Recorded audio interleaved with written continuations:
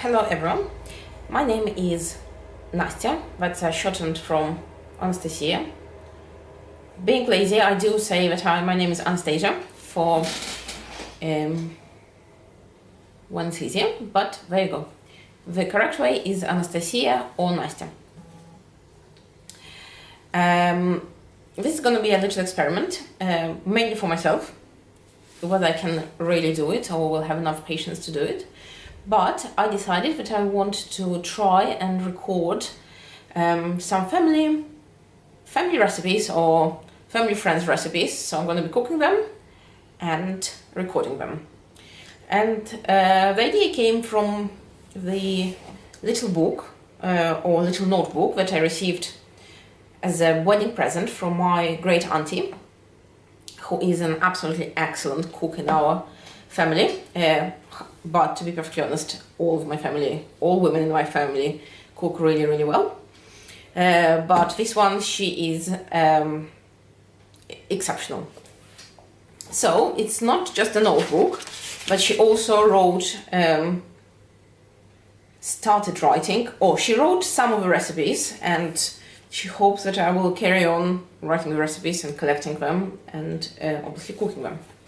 So that's how it looks.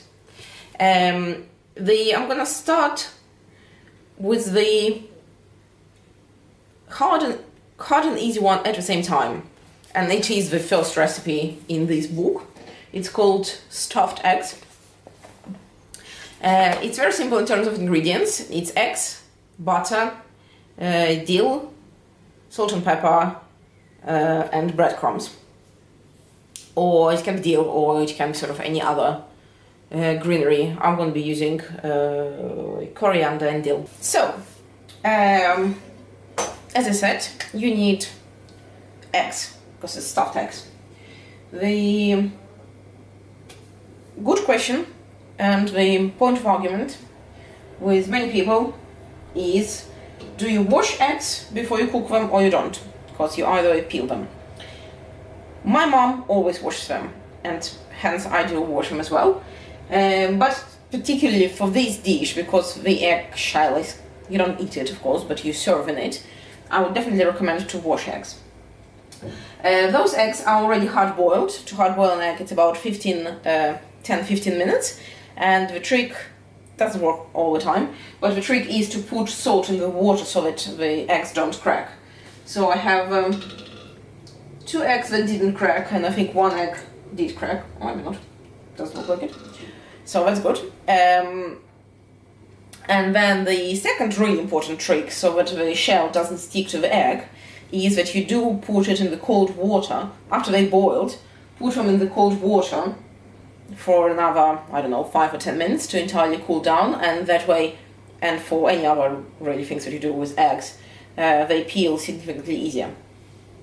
So, the eggs are here, right? Eggs are ready. I'm going to take them out. And then the most complicated part of this recipe is how to crack those eggs in 2 halves without completely ruining the shell, because as I'm saying, you serve, the whole point is that you're going to serve in the shell. You just need a heavy knife. This one is quite heavy, and a relatively big one. Need to wash your fingers and a hand, and you just go for it like this and see how it goes. I'm doing this recipe for the first time in my life, even though I love eating this. So it's an entire experiment, so we'll see how it goes.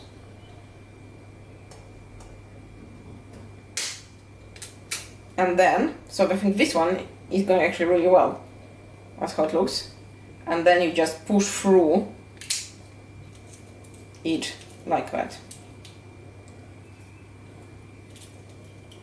And then, of course, at the back, that's when it starts somehow crumbling. I don't know if you can see it. Or not. So, the egg number 1 is a relative success. So there are 2 halves that I will be able to use in a couple of minutes. I'm going to put on here. Another trick that I was going to show you while we are on it is that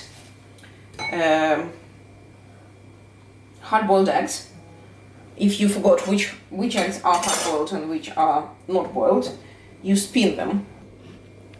So this is how hard-boiled egg spins really well.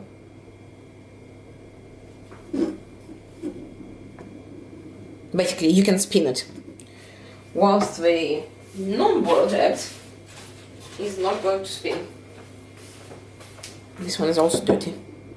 So this is a not boiled egg. You see, however you try, well, it does spin, but it spins with significantly more wobble and kind of resistance.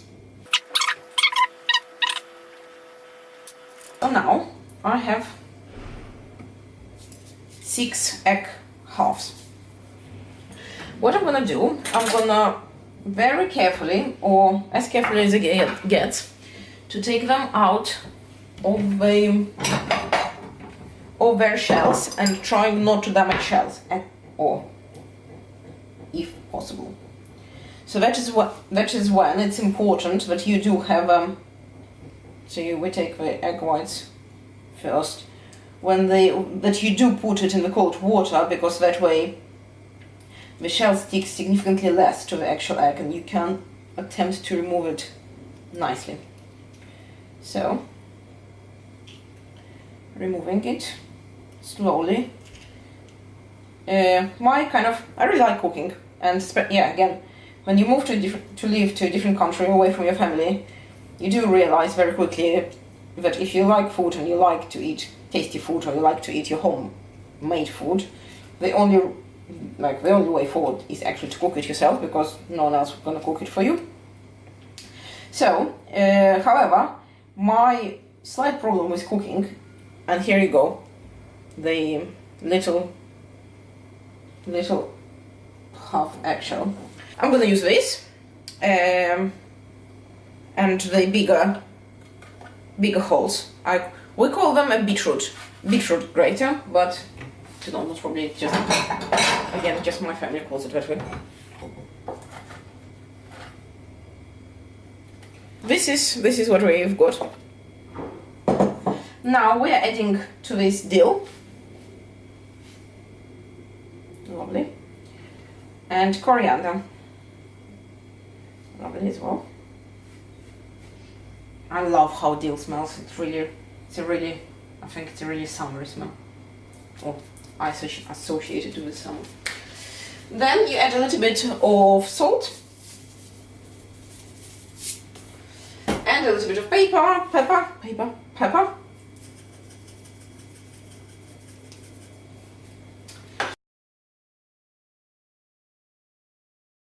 So you take butter, but as I'm saying, I don't have butter today. I'm just having a spread. And you melt it. Basically melted butter, because the substance that we're making needs to be a bit sticky. Yeah, a bit sticky. So I'm not sure how much butter you need to put. For now I put that much.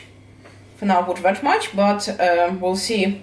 I'm not sure how much actually. And then you melt it.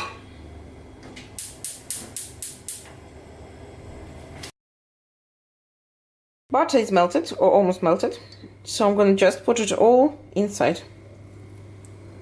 So I took a fork, and I'm mixing it and sort of mashing it to make all the ingredients even smoother and more blended together.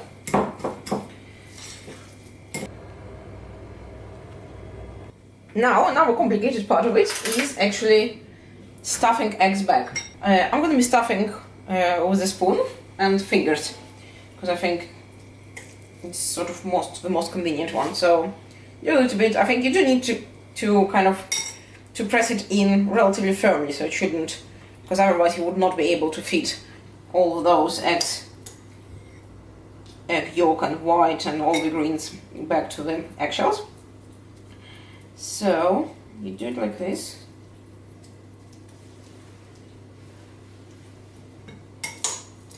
And then do it slightly more plus, because and that was the reason of adding butter. This thing needs to become sticky, so it doesn't quite come off the spoon very easily, so fingers in that sense are very convenient, but do wash your hands before cooking. So that's how it looks like. I think that's gonna be that. I'm gonna put some breadcrumbs on top of them, because you're just about to fry them. So most probably something like this, or maybe a little bit more. Don't know yet. To fry those eggs, bottoms up, so you fry them on the side of the breadcrumbs, and then this is ready. So I think the frying pan is warm enough. This is my wonderful first egg. Whoops. And then the last one. So that's how it looks like now. I fried them for a couple of minutes. Now they look like this, so a little bit fried. So that's how they look like. And here's the end result. I decorated them a little bit with a dill.